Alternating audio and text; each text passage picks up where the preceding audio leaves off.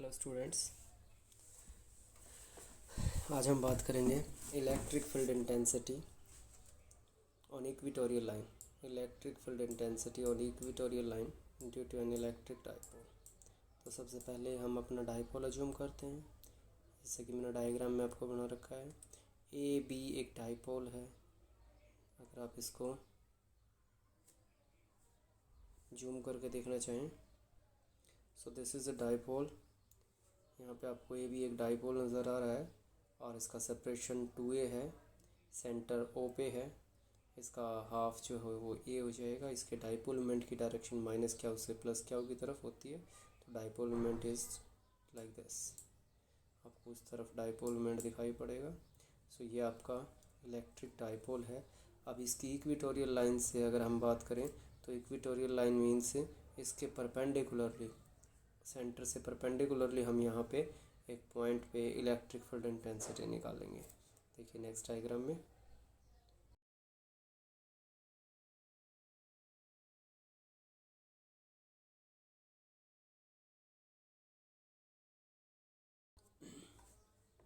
सो ये सेंटर से 90 डिग्री के एंगल पे आर डिस्टेंस दूर हमने एक पॉइंट अज्यूम किया है, जिसके ऊपर हमने यूनिट पॉजिटिव टेस्ट चार्ज मान लिया है, क्योंकि जहाँ पे इलेक्ट्रिक फील्ड इंटेंसिटी निकालते हैं वहाँ पे हम क्या मानते हैं, एक यूनिट पॉजिटिव टेस्ट चार्ज, और उसके ऊपर नेट फोर्स निकालते हैं। अब इसका माइनस क्या कैसा फोर्स डालेगा इस प्लस चार्ज पे, पॉजिटिव चार्ज पे negative charge, this negative minus क्या विल अट्रैक्ट दिस। तो ये जो इलेक्ट्रिक फील्ड इंटेंसिटी E1 है वो किस तरफ होगी, E1 will be towards minus क्या। तो ये आपको दिखाई पड़ रही है, इसको माइनस क्या अपनी तरफ अट्रैक्ट करेगा। अब अगर इसी डायग्राम में बताएं, तो प्लस क्या इसको क्या करेगा, प्लस क्या ये इसका डिस्टेंस है, प्लस क्या होगा इधर से, और ये इसको क्या करेगा, रिपेल करेगा। तो इसकी डायरेक्शन उस तरफ होगी, बिल्कुल। This will be the direction of E2। ये डायरेक्शन हो जाएगी किसकी, E2 के लिए। तो E2 की डायरेक्शन इस तरफ होगी, जबकि E1 की डायरेक्शन इस तरफ होगी। सो इन दोनों का डिस्टेंस निकालते हैं। ये R है, ये हाफ ऑफ द डाइपोल कितना है A।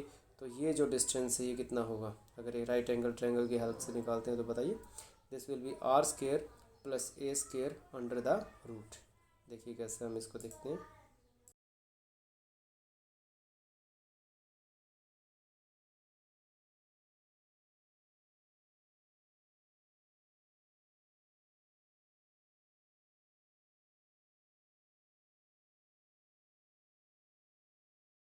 ये देखिएगा यहाँ पे आपको नज़र आ रहा है, ये E2 की डायरेक्शन इस तरफ होगी, और ये दोनों डिस्टेंस जैसा कि मैंने आपको बताया R square plus A square under the root, ये भी सेम होगा, क्योंकि आइसोसेल ट्रायंगल की तरह सेंटर से 90 डिग्री के एंगल पे ये दोनों डिस्टेंस क्या होंगी, बिल्कुल सेम। ये थीटा भी क्या होंगे, सेम होंगी।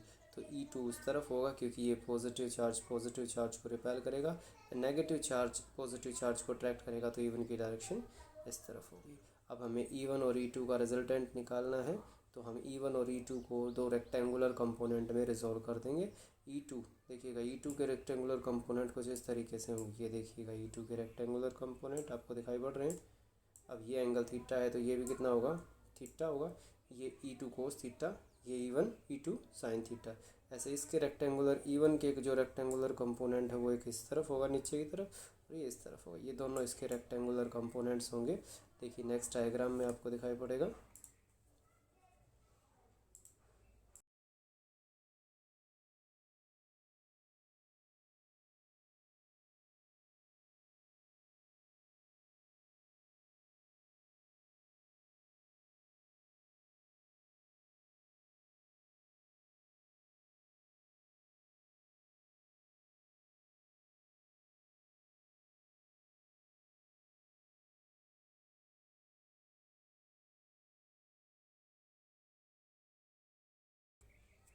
ये आपको दिखाई पड़ रहे हैं, this is E2 cos theta, this is E2 sine theta.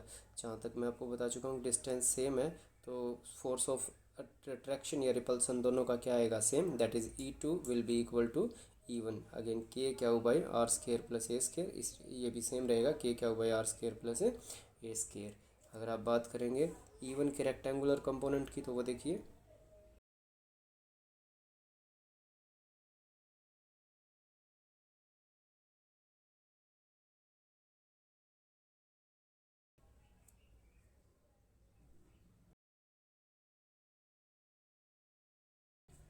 E1 के रेक्टेंगुलर कंपोनेंट भी बिल्कुल इसी तरह जैसे E2 के रिजोल्व किए हैं, this is E1 cos theta and this is E1 sin theta. अब E1 और E2 अगर इक्वल हैं तो E1 और E2 के sin थीटा कंपोनेंट इक्वल हैं, जो कि एक ऊपर की तरफ है और एक नीचे की तरफ है। तो इनको हम क्या कर सकते हैं, एक दूसरे से कैंसिल आउट कर देंगे। देखिए E1 और E2 कैंसिल आउट होने के बाद हमारे पास सिर्फ E1 और E2 के cos थीटा कंपोनेंट बचेंगे, जिन दोनों की डायरेक्शन बिल्कुल सेम है। तो रिजल्टेंट इंटेंसिटी कौन देगा, cos theta component of E1 and E2। इन दोनों डायरेक्शंस को हम क्या कर सकते हैं, ऐड कर सकते हैं। तो resultant electric field intensity will be E1 cos theta plus E2 cos theta. अभी देखिएगा, मैंने जैसे बताया E1 और E2 की वैल्यू क्या है, सेम है। तो E1 और E2 की जगह मैं E1 रख सकता हूँ। So it will be E1 cos theta plus E1 cos theta. E2 cos theta भी E1 cos थीटा के इक्वल होगा, क्योंकि E1 sin थीटा ने E2 sin थीटा को क्या कर दिया था, कैंसिल कर दिया था। So in this way we have E is equal to 2E1 cos theta हो जाएगा, ये नहीं है आपके लिए, 2E1 cos थीटा। अब आप E1 की और cos थीटा की वैल्यू पुट करेंगे।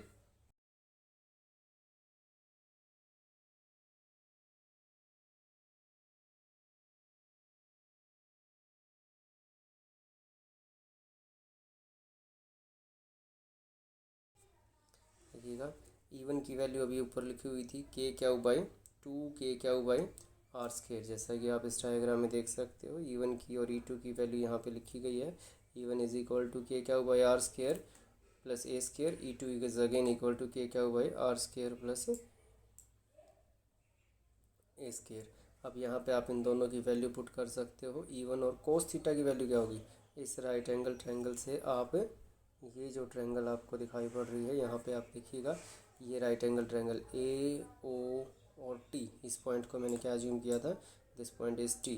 यहाँ से आप किसकी वैल्यू निकाल सकते हो, cos theta. cos theta is base by hypotenuse. What is base, base is this A and hypotenuse is this r² plus a²। इस तरीके से आप क्या निकाल सकते हो, cos थीटा की वैल्यू निकाल सकते हो। cos theta will be A/r² plus a² under the root. तो अगर आप इसकी वैल्यू रखेंगे तो ये आ जाएगी A/r² plus a² under the root, and this is 2k⁻r²। This is the value of E1, 2 is the same. अब k⁻इंटू 2a, k⁻ इंटू 2 को पीछे लिख दिया 2a, क्योंकि क्यू इंटू 2a क्या होता है, p। क्यू इंटू 2a क्या होता है, p। ये यहाँ पे लिखा हुआ है, दिख रहा होगा आपको। क्यू इंटू 2a क्या है, p है। और r² plus a² raise to the power 3/2 कैसे हो गया, क्योंकि इसकी पावर कितनी है 1 और इसकी पावर कितनी है 1/2। So it is 1/2 plus 1। Base same है तो पावर ऐड कर देते हैं। अंडर द रूट का मतलब क्या होता है, पावर 1/2। सो बेस सेम है, पावर को हमने क्या कर दिया, ऐड कर दिया है। सो ये क्या हो जाएगी r² plus a² raise to the power 3/2। अगले स्टेप में हम देखिएगा r² को a से काफ़ी बड़ा मान लेते हैं, इससे a की वैल्यू नेगलेक्ट हो जाएगी। देखिए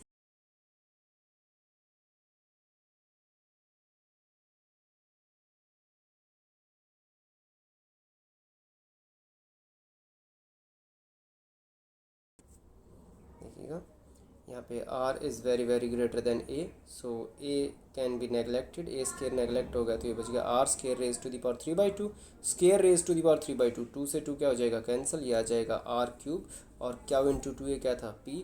सो ये आपके पास आ जाएगा kp/r³, या फिर k कांस्टेंट है 1/4 pi epsilon not in free space, और p भी कांस्टेंट है किसी भी गिवन डाइपोल के लिए। तो आपके पास e की वैल्यू होगी इन्वर्सली प्रोपोर्शनल टू r³, बिल्कुल सेम जैसे हमने एक्सियल लाइन के लिए किया था। और एक्सियल लाइन में ओवरऑल वैल्यू क्या आई थी, 2kp/r³। यहाँ पे कितनी आई है, kp/r³। यहाँ पे कितनी है, 2kp/r³। मीन्स एक्सियल लाइन की इंटेंसिटी इक्वेटोरियल लाइन की इंटेंसिटी का कितना है, double. So E axial is equal to 2E हो जाएगी। अगर आपसे एक बेसिक क्वेश्चन पूछ लिया जाए कि अगर किसी डाइपोल के लिए 10 सेंटीमीटर अवे इक्वेटोरियल लाइन पे इलेक्ट्रिक फील्ड इंटेंसिटी 20 न्यूटन पर कूलम है, कितनी है,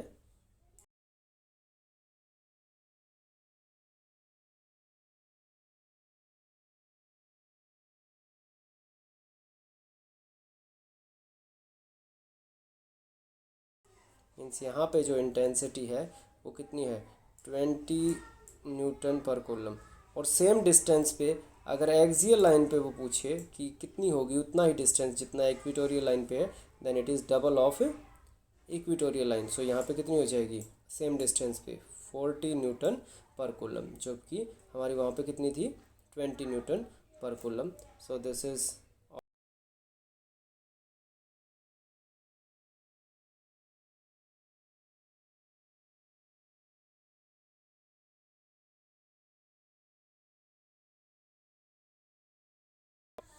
ये सारा आपने सीखा है। This is all from electric field intensity on equatorial line due to an electric dipole. अगर आपको कुछ भी प्रॉब्लम है तो आप कमेंट बॉक्स में पूछ सकते हो। और जो भी बच्चे वीडियो देख रहे हैं लगातार, जिन्होंने आज और कल का वीडियो खास तौर पे देखा है, तो उनके लिए एक होमवर्क है, वो electric field intensity axial line and equatorial line आप इसको लर्न करेंगे और बिना देखे एक टेस्ट की तरह 2 पेजेस में लिखेंगे और मुझे सेंड करेंगे। Be honest with your self, ध्यान रखें ये आपकी अपनी तैयारी हो रही है, खुद के साथ चीटिंग ना करें। इन दोनों को लर्न करके राइट करके मेरे पास टेस्ट की फॉर्म में आप सेंड कर सकते हो फ़ोटो। उसके बाद देखते हैं, और अगर कुछ प्रॉब्लम है तो आप पूछ सकते हो। That's all from now, thank you for watching.